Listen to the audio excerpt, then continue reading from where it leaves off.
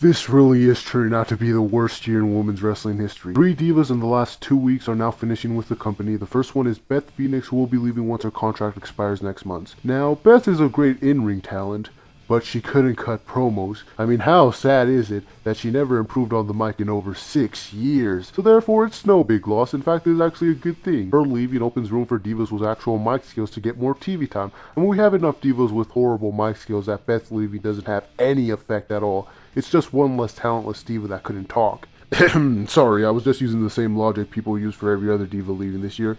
But in all honesty, this does suck for the divas. Beth helped a lot of divas step their game up in the ring. I'm assuming she's retiring from wrestling altogether, and that's good for her. She had a great career, broke some boundaries, earned respect, and cemented her legacy as one of the toughest divas in history. Well, if you don't count all the time she dropped to Kelly last year. But unlike how every other diva got their send-off, Beth is at least being featured in one more feud before she leaves, which is good. I was expecting the last months of her career to be like Victoria's, but it looks like they're going all out before she does leave. We even finally got that dream match between her and Natalya. They're making her last month matter, so it should be interesting to see what she'll be doing and how she'll be written off. Beth Phoenix, fantastic worker in the ring.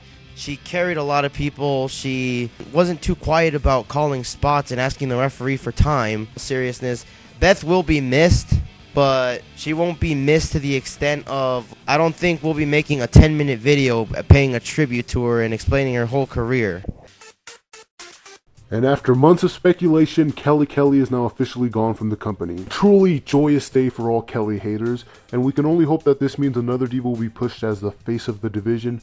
But for now, this is a big loss in terms of star power. The thing a lot of people don't realize is that Kelly has a huge fan base. You can't get her kind of reaction overnight because she was over no matter where she went. Take Layla for example. They're trying to make her the next face of the division, and the fans, well, the ones that aren't marks, don't care about her. Even when AJ got shoved down our throats in the main event, it took a while before fans really started getting behind her. And sadly, even Eve is barely getting reactions anymore despite the position she's been put in. So yeah, talented or not, Kelly was over, profitable, fappable, and had name value. So it is a big loss regardless how you feel about her. But now she's completely moving on from the wrestling business. She had a photo shoot for Maxim, which is I mean, this is truly sad to see Kelly go. She will be deeply missed. With Beth and Natalya gone, you'd think this would be the perfect time for the developmental divas to step up and potentially fill in their missing spots. But the diva with the most potential, Raquel Diaz, just asked for her release. And it's a bit shocking because it seemed like WWE was really high on her. She was getting the biggest push, and I was really expecting her to make it to the main roster sooner rather than later. The mystery blonde attacker angle seemed like the perfect way to bring her in at a time where she's really needed. And that's the weird thing, because it looked like the divas were just starting to get featured more, and now even more divas have been wanting to leave. It makes you wonder what the problem really is, because it's hard to believe that it's just a coincidence that all of a sudden no one wants to work for the big companies anymore. I mean, every diva that has left so far has mentioned something about backstage politics, and as we all know, TNA stopped caring about their knockouts as soon as Russo left. So to try and make things more interesting, and because Bound for Glory is just around the corner, Tara turned heel on Brooke. And I get why they rushed it so fast, but again, can they really afford to rush feuds like this considering how weak their division is right now? I'm assuming Tara will get a run with the title at Bound for Glory. Tara was probably their most over face right now. I definitely think Tara works better as a face. She was never that great of a heel, except when she was like that psycho type character with Steven Richards in 2003. I don't want to make this sound fucked up. Someone her age should be like Dick Flair was during his whole you lose another match, you retire type of storyline. Could have done something like that with Tara, since I heard that she's planning to retire sometime within the next year, and I will cry when that happens. There was speculation that Rosita would be leaving after TNA removed her photo gallery from their website briefly. However, Rosita did say she's still under contract, but the big question is, why would TNA remove her gallery in the first place? TNA has done this sort of thing before. Right before they end up releasing someone, they'll end up removing something from their website, then they put it back up when people notice it's gone. Then when the talent does leave, they never remove it. I wouldn't doubt if Rosita was next to go. And it's funny because people predicted this before the year even started, that Angelina, Winter, Rosita, and Sarita would all eventually end up getting released. I'd like to think we're entering a transitional period, out with the old, in with the new. But at this point, with TNA openly admitting that they don't care about the knockouts anymore, it's hard to have any hopes that things might turn around anytime soon. Now there is some glimmer of hope that TNA might be trying to do something to save their Knockouts division. For one, we saw independent wrestler Leva Bates used in a segment aligning herself with the A&E network. And that's interesting. A knockout working for A&E could help expand more storyline ideas for this angle. It can give them another eventual goal to work for in the future if they want to try taking over all the TNA titles. It would definitely help make the entire Knockouts division interesting to have this one woman with an army of thugs at her side that will do anything they can to help her take the rest of them down. That's a possibility. But I'm not expecting TNA to do anything with this. If anything, this is just a one-time cameo like the last time she worked for the company, and we're never going to get any follow-up to who this woman is or what she has to do with the A&E network. We also heard that Jillian worked a dark match with TNA, a former WWE diva. That's almost a guaranteed roster spot. TNA has shown a lot that they'd rather bring in former WWE talent and have them rehash the same gimmick than they do to try and create a new star of their own. And if this means something new to help keep the Knockouts on their feet, then why not bring Jillian in? I mean, I can already see an alliance between her and Madison Rayne. That could be fun. Bellas have also shown slight interest in joining TNA because they use their women better. I'm guessing it's been a while since they last watched the show. Now, I don't think they will join TNA, but if it were to ever happen, the positive might be that they get a little more time to develop their wrestling and characters more than in WWE. I don't know if the Bellas will really work in TNA because there's just so many standout people there that I don't think they'll stand out quite the way they did in the WWE.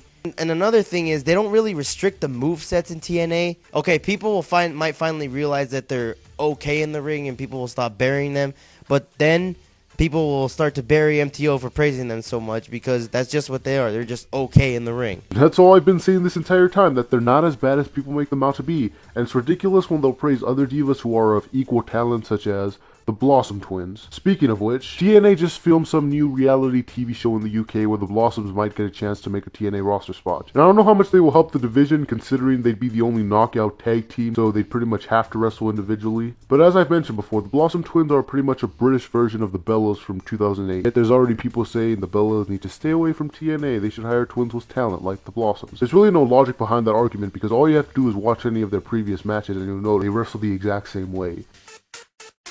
Has anyone else noticed a sudden decline in interest from the fans as of late? I know usually the fans don't care about Divas matches anyway, but as of recently, it's gotten more obvious. Even when the Divas match is made to be the center of the pay-per-view, the fans still had no interest in the match, though part of the blame could go to Layla. We're even starting to see the fans react the same way on TNA, with Tara getting boring chants. The weirdest part is, it actually looks like both companies are putting effort in pushing the divisions lately.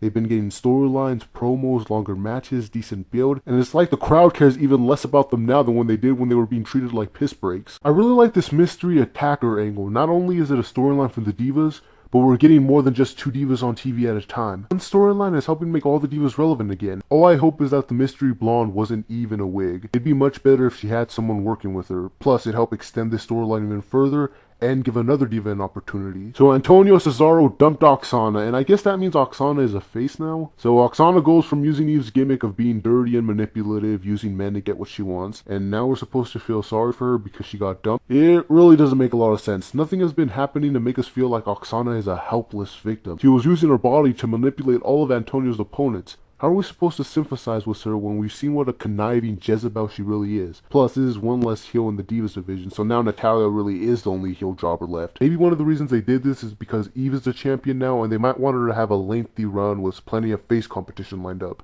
Now, Paige is someone who a lot of people are expecting to be the next breakout diva, and I kind of like her already. I like her look and admire her passion, but since NXT started, I have yet to be really impressed with her. I mean, she's good and all, but when I hear people say, dude, if you want to see real women's wrestling, you've got to check this chick out, I expect more than what I usually see. Maybe someone can recommend me some of her best matches. Now, the Beth Natalya match. We all know this could have been an instant classic if given the time. They tried to do as much as possible with the time they had, but in the end, I don't see how it can be ranked as a million times better than what we're used to seeing. First couple of minutes of hold-for-hold action were exactly what we see at the start of every Divas match these days. And they immediately start going for false finishes and try to tell an emotional story, which goes to show how great this match could have been if given more time. But in the end, all we got that was different from everything else was them breaking out of each other's finishers. The time they got really hurt it because in 2 minutes they tried to tell a 20-minute story.